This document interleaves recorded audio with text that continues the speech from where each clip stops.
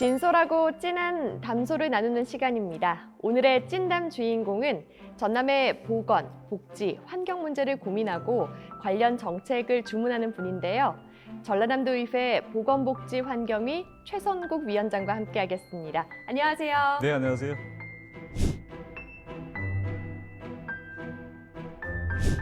우선 도민들에게 그동안 많은 활동을 하셨을 테니까 소개를 좀 부탁드립니다. 예, 제 이름이 최성국 도의원입니다. 그래서 항상 지역 주민들을 만날 때는 최선을 다하라고 이름이 최성국입니다라고 이렇게 말씀을 드리고요. 그렇게 열심히 활동하려고 노력하고 있는 도의원입니다. 도의원으로서는 저는 2018년에 처음 입성을 했고요. 안전건설 소방위원회, 경제관광문화위원회를 거쳤고, 그다음에 보건복지환경위원회에서 이제 마지막 임기를 보냈고, 사실상 보건복지위원회로 보면 제가 3년째 있는 거니까 대학교 3학년인 셈이죠. 예, 이제 졸업반이 다가오고 있습니다. 11대 의회에서는 전남도의회 초대 대변인을 지냈고요. 보건복지환경위원장으로서 9분의 의원님들과 같이 보건복지환경위원회를 이끌어가고 있습니다. 그리고 작년에는 전남 최대의 현안인 전남도의회 국립의대 유치위원회 대책위원회 공동대책위원장으로서 역시 활동을 하고 있습니다. 보건, 복지, 환경 이 세 가지를 다루시는 거잖아요. 지역의 이 보건복지 환경 문제를 좀 분류해서 현안을 진단해보고 앞으로 그 부분에 있어서 어떤 활동 계획을 갖고 계신지 궁금하거든요. 보건 분야에서 가장 중요한 것은 우리 전남도민의 생명권과 의료기본권을 보장하는 것이 전남에 있어서는 가장 필요하다라는 겁니다. 그리고 전남이 가지고 있는 의료 현실이라는 게 있습니다. 예를 들어 전남은 다른 지역보다 치매 유병률이 2% 정도가 다른 지역보다 높습니다. 결핵의 발생 빈도도 전국에서 가장 높고 시형간염의 발생 빈도도 전국에서 가장 높습니다. 이런 전남의 열악한 보건 의료 분야에 있어서 어떤 대책들을 찾아내는 것들이 저희 상임위원회가 해야 될 역할이라고 생각을 하고요. 복지 분야에 있어서 가장 중요한 것은 전남이 사람이 살만한 곳들로 만들어야 된다라는 얘기 되겠죠. 아까 말씀드렸듯이 전남은 노령화의 비율이 전국적으로 가장 급속도로 진행이 되고 있고 또 1인 가구의 비율들이 전국에서 또 가장 높습니다. 고독사의 비율도 점점 늘어나는 추세라고 말씀을 드릴 수가 있고요. 이런 부분들에 대해서 어떠한 대안들을 만들어내는지가 역시 전남도의회의 중요한 역할들이 되겠죠. 나머지 환경 부분 같은 경우는 전남이 또 가장 취약한 분야이기도 합니다. 여러 가지 환경사고들이 여수산단을 중심으로 일어나고 있는데요. 여기에 2050 탄소 중립이라고 하는 전 인류가 당면한 거대한 지금 프로젝트가 눈앞에 있죠. 근데 전남을 둘러싼 탄소 중립 여건들은 또 그다지 좋지 않은 것도 사실이거든요. 이 문제를 어떻게 해결할 것인가에 대한 기초들을 닦아나가는 작업들도 역시 전남도의회에서 상당히 좀 고심하고 있는 숙제라고 보시면 될 것 같습니다. 재선 의원으로서 많은 순간들이 있겠지만 그 가운데에서도 의원 활동하면서 가장 기억에 남는 순간이 있다면 언제일까요? 다른 의원들이 최성국은 또 응급의료 헬기 얘기를 하네라는 말을 참 많이 들었어요. 그런데 전남은 섬이 많은 곳이고요. 또 산간 오지가 많은 곳입니다. 이분들이 아프면은 결국은 어디에 기대야 할까요? 바로 응급의료 헬기가 출동할 수밖에 없거든요. 응급의료 헬기 종류 중에는 닥터 헬기가 있고요. 그다음에 해경 헬기가 있고 소방 헬기가 출동을 하게 됩니다. 상황에 따라서 출동하는 헬기들이 다른데요. 그런데 제일 처음에 들어와서 보니까 이 각 기관이 서로 어디에 착륙할지 서로 착륙장 지점도 공유를 하고 있지 않더라고요.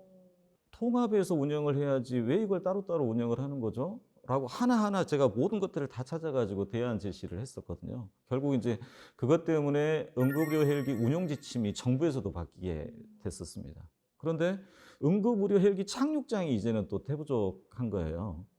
보건복지부 계획을 봤더니 응급의료 헬기 착륙장을 지금 전남에 있는 섬들에 건설을 하려면 한 10년 이상이 걸리는 상황이었습니다. 그런데 강하게 정부에 항의를 했었고요. 결국은 3년 안에 다 짓는 것으로 정부 결론이 바뀌었습니다. 그때 이제 담당 공무원이 저한테 이제 이런 얘기를 하더라고요. 와, 의원님 이게 되네요. 예. 그때 저도 그 말을 들으면서 정말 이게 되는구나라는 생각을 했었고요. 상당히 좀 보람이 있었던 순간이었습니다. 전남은 가장 중요한 게 의료 인력을 확보하는 게 가장 문제입니다. 저희 상임위원회에서 주도적으로 했던 게 공공간호사 장학생 제도를 도입하자라는 거였거든요. 그러니까 일정 기간의 학비를 대고 의무적으로 전남 지역에 있는 공공의료기관, 의료원 같은 곳에 근무하도록 만드는 공공간호사 장학생 제도입니다.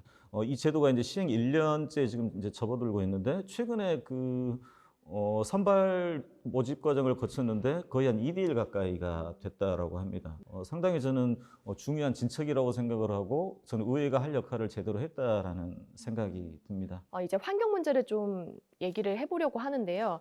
전국 최초로 전라남도 연안 탄소 흡수원 관리 및 활용 촉진 조례안을 제정하셨습니다. 제가 이렇게 원고를 보고 읽을 정도로 사실 이 조례 이름만 들었을 때 단번에 이게 2050 탄소 중립과 어떤 연관성이 있을까? 연안 탄소 흡수원을 다른 말로 블루카본이라고 그럽니다. 블루카본이라고 하는 것은 해양 생태계에서 흡수하는 탄소를 얘기합니다.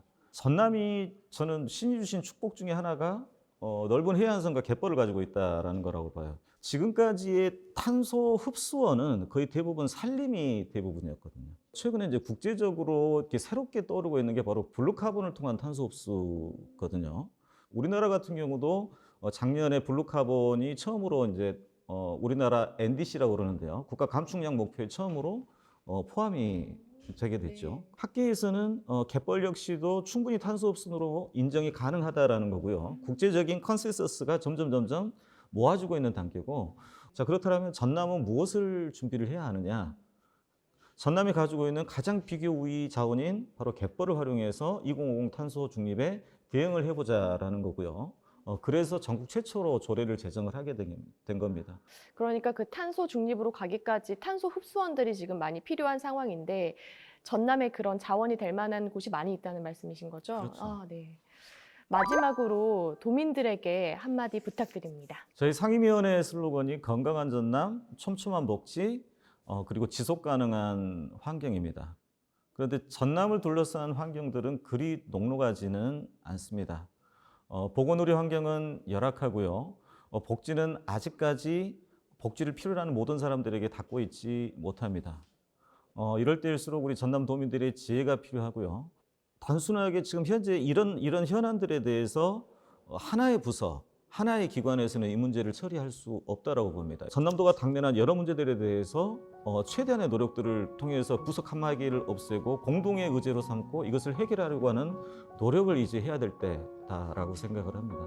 네, 앞으로도 지금처럼 칸막이를 없애서 공동 의제로 삼고 협업해 가시면서 의정 활동을 해주시길 부탁드리겠고요. 또 더불어서 전남의 녹색 발전을 위해서도 애써주시길 응원하겠습니다. 꼭 그렇게 하겠습니다. 네. 오늘 말씀 잘 들었습니다. 감사합니다. 네, 고맙습니다.